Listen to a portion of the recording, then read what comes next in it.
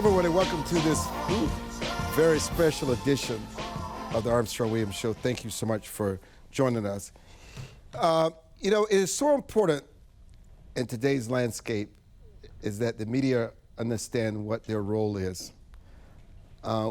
We are the fourth estate, but our responsibility is to be referees.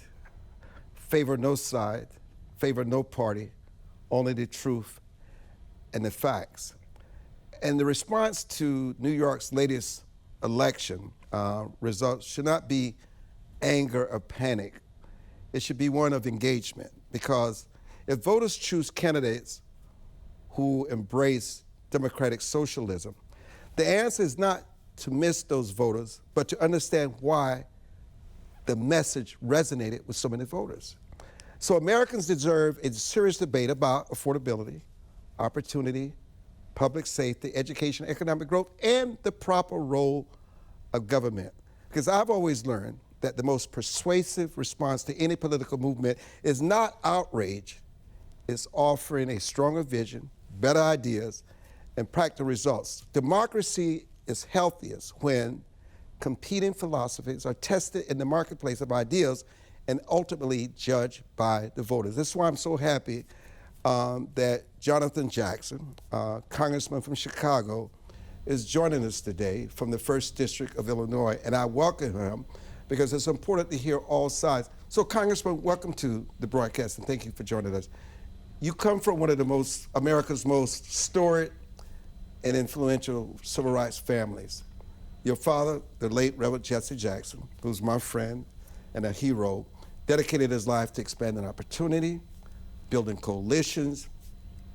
How has that legacy shaped your own approach to public service, and what principles from your family's history do you believe America needs most today? Well, thank you so much, and thank you for your years of friendship, Brother Armstrong. I am a distant viewer, watcher of you, and appreciate your advocacy over all these years. My mother and sister says hello, and thank you for being a friend of Dad while he was still with us. The legacy, let's be clear, it's not dynasty.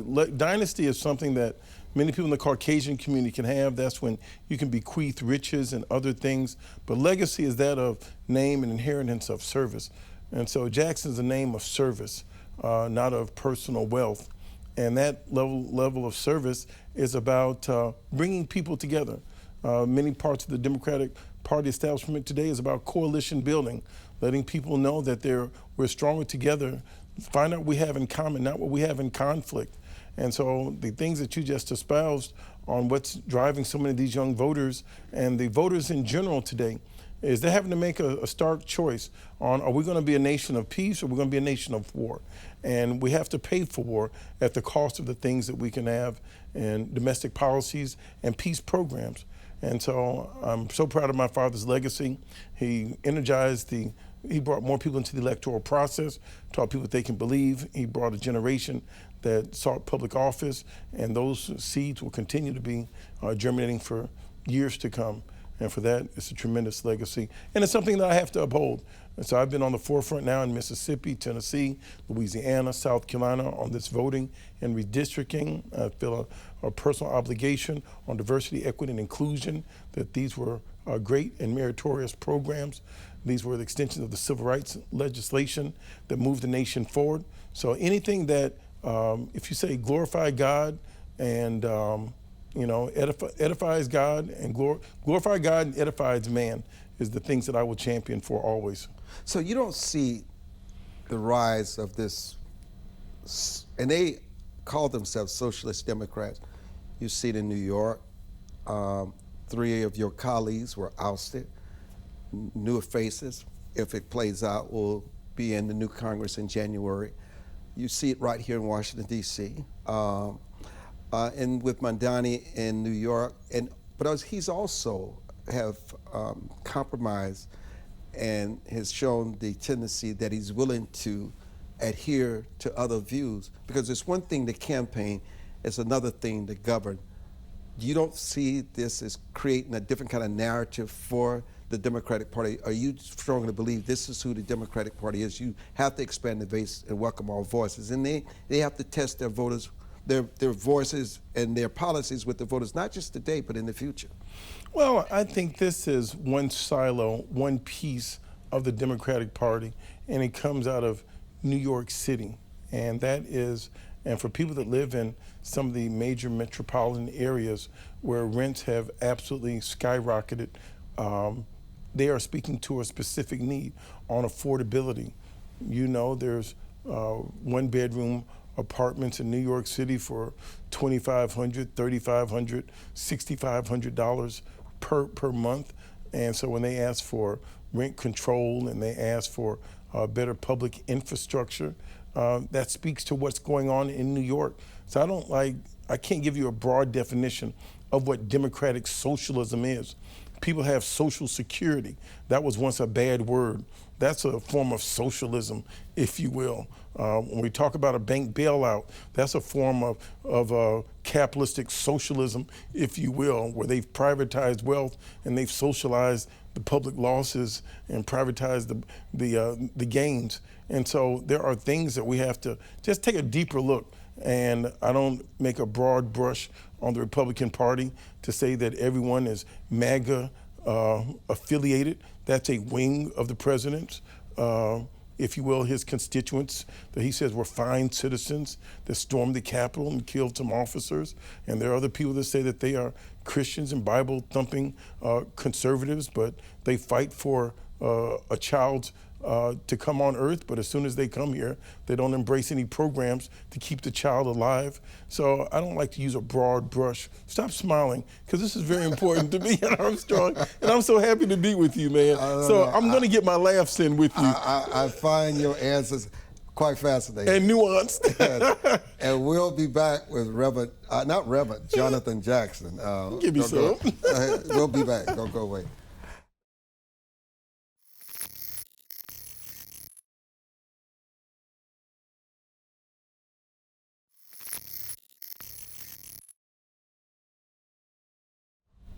You know, as we reflect on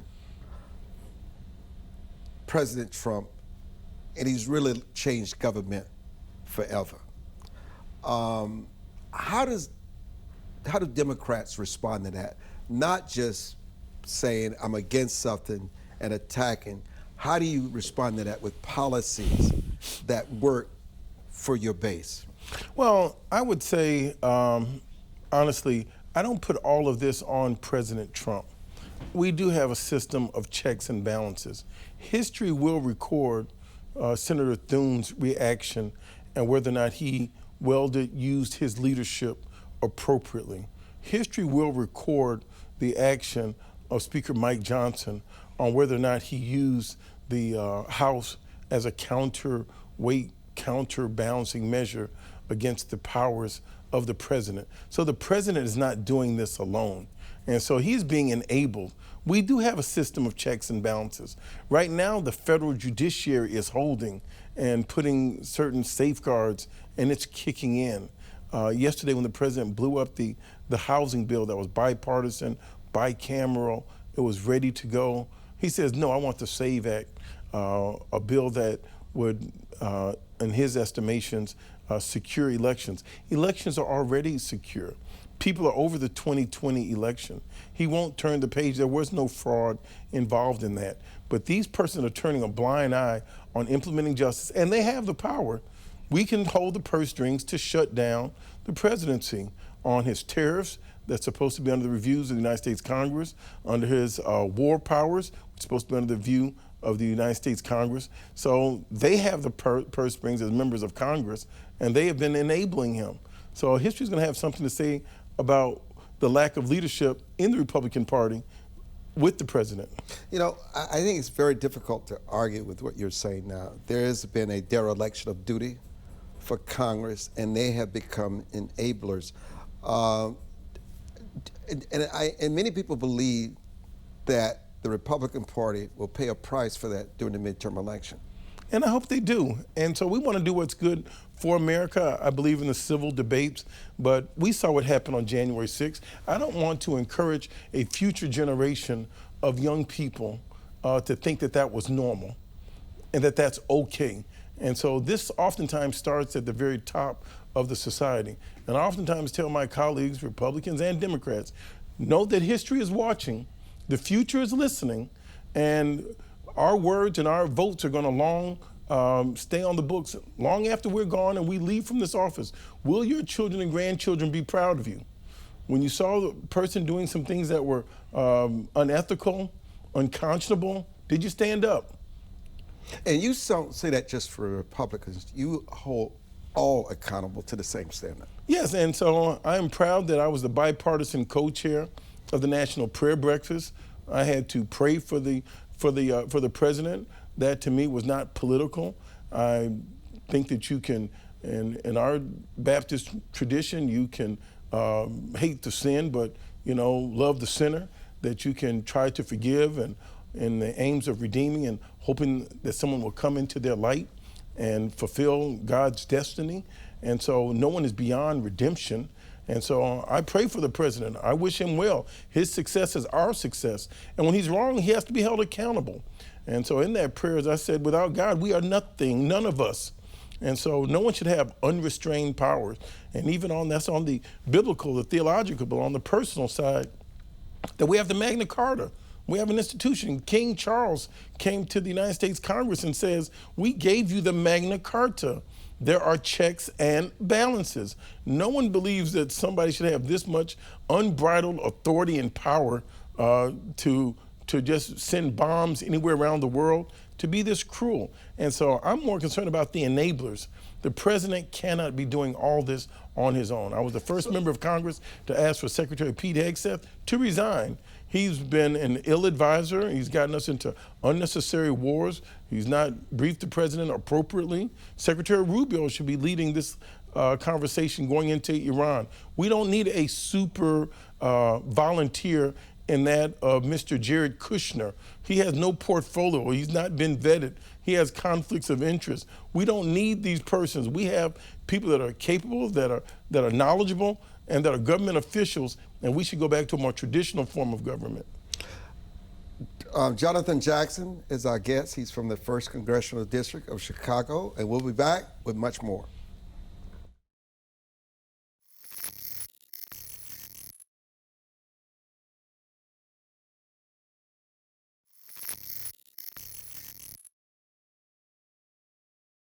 Congressman Jackson, as the nation approaches its 250th anniversary, what gives you the greatest pride in America's journey, and where do you believe we still fall short of our founding ideas?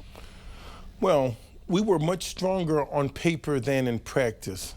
We were founded on the contradiction of people seeking liberty and freedom for themselves while denying liberty and freedom for others. We were founded by the persons that had committed a genocide on an indigenous population. But through God's grace, we have overcome many obstacles after 250 years. And if we look forward to being in God's grace for the next 250 years, the question will become whether or not we've learned from our past. And right now there's a debate going on, even with this administration, as they try to take over the African American History Museum. And that's something that we should all be alarmed about. A nation stands by what it chooses to remember, what it chooses to forget, and it's the operating system for our future. What have we learned from our past? That's what I'm concerned about. I see America as being extremely resilient. I believe that there are more good people than bad people, that we've overcome so many obstacles. And I do believe that America is exceptional. We're a nation that is bordered by 2 great oceans. People have come from around the world to find opportunity, and we far outfight our weight class. We're only 4% of the world's population, and we're almost 30%, 40% of the world's economy. We've been able to be extremely philanthropic with the rest of the world. Our ideals have inspired the rest of the world. And even as we've evolved from civil rights and the abolitionists and civil wars, people have seen something enduring. And so right now I want to make sure that we put the contradictions and the hypocrisies behind us, And we thank God for the grace he's given us as a nation that we can go forward. But it only happens if we have an humble heart and not become haughty in our leadership.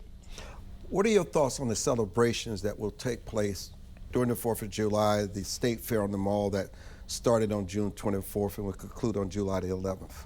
Well, I was honored to be at the opening of the Obama Presidential Center last week in Chicago, which really felt like the 250th anniversary of the level of entertainment from Ireland and from Nigeria and gospel and rap and all the musical interests that were there.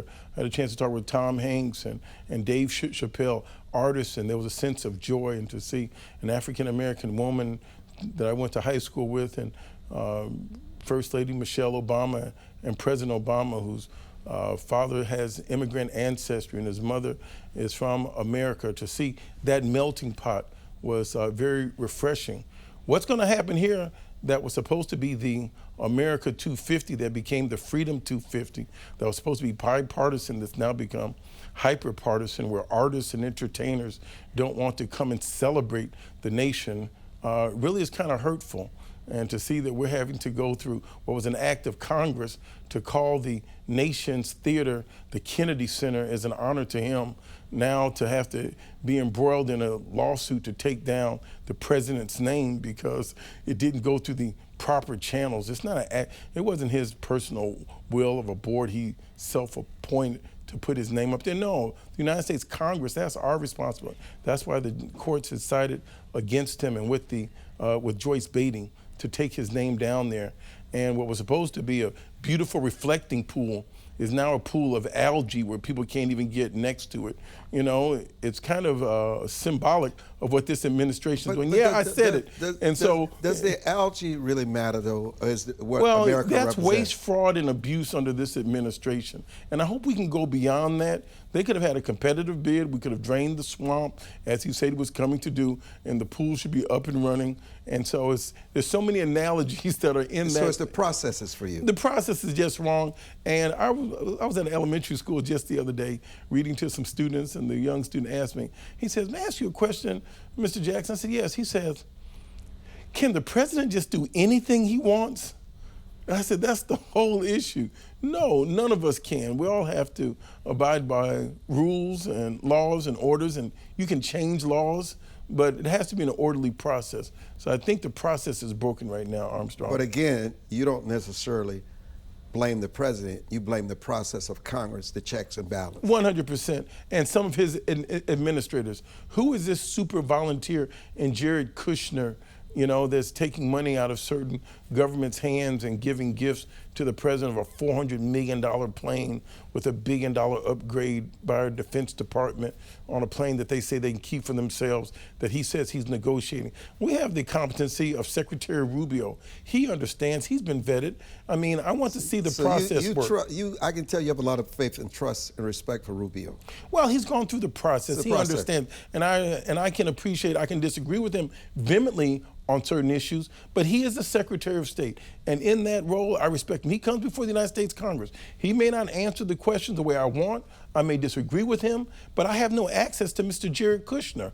I have no access to the president's golf buddies that are going into Iran. Who are they talking to? Who do they come back and report to besides the president? There's a small group of people that the president has as an inner circle. He's not using all of the lever, all the resources, all of the experience of our government. We have Chairman Mast of the House Foreign Affairs Committee. I would like for him to know so I can ask him a question. So there are a lot of people that are unaccountable, and Steve Miller and others that have an extraordinary amount of influence on the president. So you think this is radically different from the Biden years? Exactly, absolutely. Everyone would agree with that. Hold that.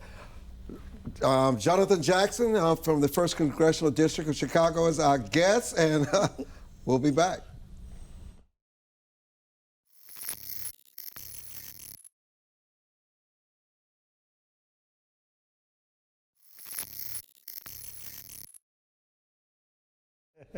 Remind us why America remains a land of promise, Mr. Jackson, and what gives you hope that our best days can still lie ahead? I absolutely believe that, and I believe that God has blessed this nation. The prairies, the fresh waters, the innovation. People have really yearned to come here to be free, to set up a life where there's minimum government, there's maximum opportunities. And so just the abundance of the land. This is the only nation on earth that's been settled by people from all nationalities across the world. So it's quite extraordinary. And it was a new nation. It gave birth to a new idea that actually one person could have one vote. On that election day, the billionaire and the domestic worker each has a vote. That's a radical idea. Let me say this to you in the 20 seconds we have left. I appreciate your respect for the office of the presidency. I respect you reminding us that Democrats also believe in God and the people of faith. And what you say is out of love of this country. It's nothing personal. And so it's always good to hear voices on the other side. Thank you so much. Thank you for so joining much. us Good to and see being you, a Brother member Armstrong. of that body of Congress, because it's not always easy. And I can tell, even from your reputation, you believe in crossing the aisle where people agree. Thank you. Thank you, Brother Armstrong. Thank you.